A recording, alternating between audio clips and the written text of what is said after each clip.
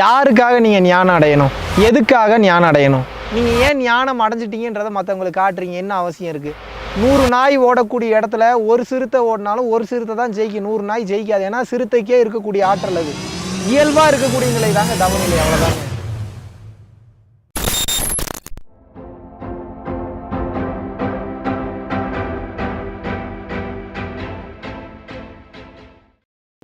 ஒரு சந்தோஷமான ஒரு நிகழ்ச்சியை உங்கள்கிட்ட ஷேர் பண்ணிக்க விரும்புகிறேன் சார்.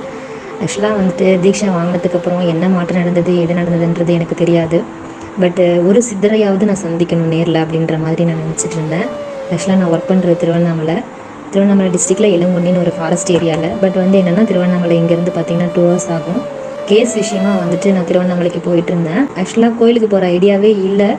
இருந்தாலும் இவ்வளோ நேரம் இவ்வளோ நாளாக வரோம், ஒரே ஒரு முறை தான் கோயிலுக்கு வந்திருக்கோம், பட் இப்போ வரல அப்படின்னு சொல்லிட்டு எனக்கு மனசில் ஓடிட்டே இருந்தது. இன்றைக்கி ஏதாவது ஒரு சித்தரை நம்ம பார்க்க முடியுமா அப்படின்னு சொல்லிட்டு ஓடிட்டு இருந்தது. கோயில் பக்கத்துலேயும் நிறுத்தி சாமி கும்பிடவே வந்தேன். அப்போ பார்த்திங்கன்னா மௌன சித்தர், அதுக்கப்புறம் இந்த மூக்குப்பொடி சித்தர் அப்படின்னு சொல்கிறாங்க இல்லையா, அவங்க ஜீவசமாதி நினைக்கிறேன், அங்கே போயிருந்தேன். ஆக்சுவலாக நான் எதிர்பார்க்கவே இல்லை சார். அந்த மௌன சித்தர் அப்படின்ற அவரோட இடத்துல போய் நான் உட்காந்த உடனே எனக்குள்ள அவ்வளோ ஒரு சந்தோஷம். ஏன் அவ்வளோ ஒரு சந்தோஷம் வந்ததுன்னு எனக்கு தெரியல. பட் அப்போ உங்களை தான் நான் நினச்சேன். ஸோ சாய்பாபாவை எனக்கு ஆசீர்வாதம் பண்ணுறதா இருந்தால் நீங்கள் என்னுடைய நேம் சொல்லணும் அப்படின்னு நினச்சேன். அப்போ தீட்சை கொடுக்குற அன்றைக்கி நீங்கள் என்னோடய நேம் சொன்னீங்க. அதுக்கப்புறம் உங்களுடைய இது கிடைக்கிது, ஆசீர்வாதம் எனக்கு கிடைக்கிறதா இருந்தால் ஒரு சித்தரையாவது பார்க்கணும் அப்படின்ட்டு நான் நினச்சேன். உண்மையாலுமே ரொம்ப ரொம்ப ரொம்ப சந்தோஷமாக இருந்தது சார். ரொம்ப நன்றி. குருவே சரணம். அனைவருக்கும் வணக்கம். யாருக்காக நீங்கள் ஞானம் அடையணும்? எதுக்காக ஞானம் அடையணும்? நான் ஆல்ரெடி பல வீடியோஸில் சொல்லியிருக்கேன், ஞானம் என்பது தான் பேஸு. ஞானம், தெளிவு, சிந்தனை வந்துருச்சு அப்படின்னாவே, தெளிவான சிந்தனை வந்துருச்சுனாவே நுட்பம் தெரிய ஆரம்பிச்சிடும். நுட்பம் அப்படின்றது தெரிய ஆரம்பிச்சிருச்சுனாவே அதில் இருக்கக்கூடிய நூக்கன் கார்னர் தெரியும். நூக்கன் கார்னர் தெரிஞ்சிருச்சுன்னா அதில் உங்களுக்கு தெளிவு வந்துடும். அந்த தெளிவு உங்களுக்கு பல பணத்தையும் புகழையும் தேடி ஆட்டோமேட்டிக்காக கொண்டு வந்துடணும். அதனால தான் தெளிவுக்கு அவ்வளோ பெரிய இம்பார்ட்டன்ஸு. மிக சுபிட்சமான வாழ்க்கை, வளமான வாழ்க்கை என்பது எதுனா மிக சிறந்த தெளிவில் தான் இருக்குது. அந்த தெளிவில் தான் நுட்பம் இருக்குது, டெக்னிக்ஸ் எல்லாமே இருக்குது. அந்த வகையில் நீங்கள் ஏன் ஞானம் அடைஞ்சிட்டீங்கன்றதை மற்றவங்களுக்கு காட்டுறீங்க? என்ன அவசியம் இருக்குது? இப்போது எனக்கு ஒரு தேவை இருக்குது. என்ன தேவை இருக்குது? இப்போ இதுக்கு முன்னாடியும் எனக்கு மகாவிஷ்ணு பார்த்திங்கன்னா இப்போது இந்த அளவுக்கு பேசுகிறேன் அப்படின்னா 3 வருஷம் 4 வருஷத்துக்கு முன்னாடி இதுக்கு ஈக்குவலாக பேசலைன்னா கூட இதில் ஒரு 70% பேருந்தேன். நான் என் கூட இருந்தவங்களுக்கு தெரியும், 14 வயசுலேருந்து பேசிகிட்டு இருக்கேன் நான்.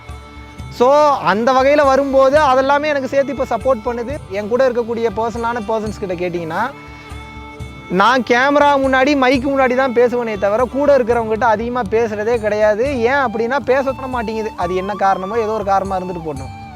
என்னைய மாதிரியே இருங்கன்னு கூட உங்களை நான் கேட்கல, உங்களோட நல்லதுக்காக தான் சொல்கிறேன். ஒரு தெளிவுக்கு ஒரு புரிதலுக்கு நீங்கள் வந்துட்டீங்கன்னா மற்றவங்களுக்கு கிட்டணும்னு போராடாதீங்க.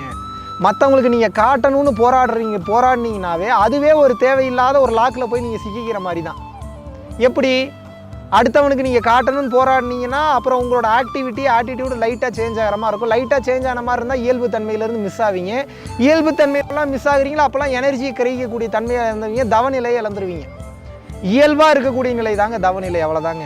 நான்ற தன்மை இல்லாமல் மக்களோட மக்களாக, இயற்கையோட இயற்கையாக, எதை நினைக்கிறாயோ அதாகவே மாறி விடுவதும், எதில் இருக்கிறாயோ அதாகவே மாறி விடுவதும் தான் தவநிலையும் யோக நிலை, தியான நிலையாக இருக்க முடியுமே தவிர ஒன்றிலிருந்து விடுபட்டு வேறுபட்டு நிற்பது அதுவாக ஆகிவிடும். ஒன்று அதுவாகவே மாறிடணும். அப்படி இல்லை அப்படின்னா அது எது அப்படின்றத திரும்பி நின்று செயல் செய்யாமல் வேடிக்கை பார்க்கக்கூடிய பக்குவத்தில் இருக்கணும். அந்த வகையில் இந்த ஞான புரிதல் என்பது உங்களுக்காக தானே தவிர, உங்களுக்குள்ளே இருக்கக்கூடிய சந்தோஷ நிலைக்காக தானே தவிர, உங்களுக்குள் நிகழக்கூடிய பரவச நிலைக்காக தானே தவிர, உங்களுக்குள் இருக்கக்கூடிய லிபரேஷனுக்கும் விடுதலைக்கும் முக்திக்காக தானே தவிர இந்த உலகத்திற்கானது அல்ல. ஸோ முக்தி நிலை அடைஞ்சிட்டிங்கன்னா நீங்கள் சந்தோஷமாக இருங்க, நீங்கள் கம்ஃபர்ட்டாக இருங்க. வெளி உலகத்தை பற்றி கவலையே படாதீங்க. நீங்கள் வெளி உலகத்தை பற்றி கவலைப்பட ஆரம்பிச்சிங்கன்னா நம்ம சும்மா இருக்கிற மாதிரி தெரியும், அடுத்து திட்டுற மாதிரி தெரியும். ஆனால் உள்ளுக்குள்ளே நம்ம பரவச பேரானந்த நிலையில் இருக்கிறது நமக்கு மட்டும்தான் தெரியும், அது அவனுக்கு தெரியாது. அதனால் எந்த சூழ்நிலையிலையும் ஜஸ்டிஃபிகேஷன் கொடுக்காதீங்க, எக்ஸ்ப்ளனேஷன் கொடுக்காதீங்க, ப்ரூவ் பண்ணணும்னு போராடாதீங்க. 100 நாய் ஓடக்கூடிய இடத்துல ஒரு சிறுத்தை ஓடினாலும் ஒரு சிறுத்தை தான் ஜெயிக்கும், 100 நாய் ஜெயிக்காது. ஏன்னா சிறுத்தைக்கே இருக்கக்கூடிய ஆற்றல் அது. அந்த வகையில் பார்க்கும்போது சிறுத்தை எங்கே ப்ரூவ் பண்ணணுன்னு இருக்குமோ அங்கே ப்ரூவ் பண்ணால் போதும். எல்லா இடத்துலையும் உங்களை நீங்கள் ப்ரூவ் பண்ணணுன்ற அவசியமே இல்லை. இதை மட்டும் மைண்டில் வச்சுக்கோங்க. நன்றி, வணக்கம்.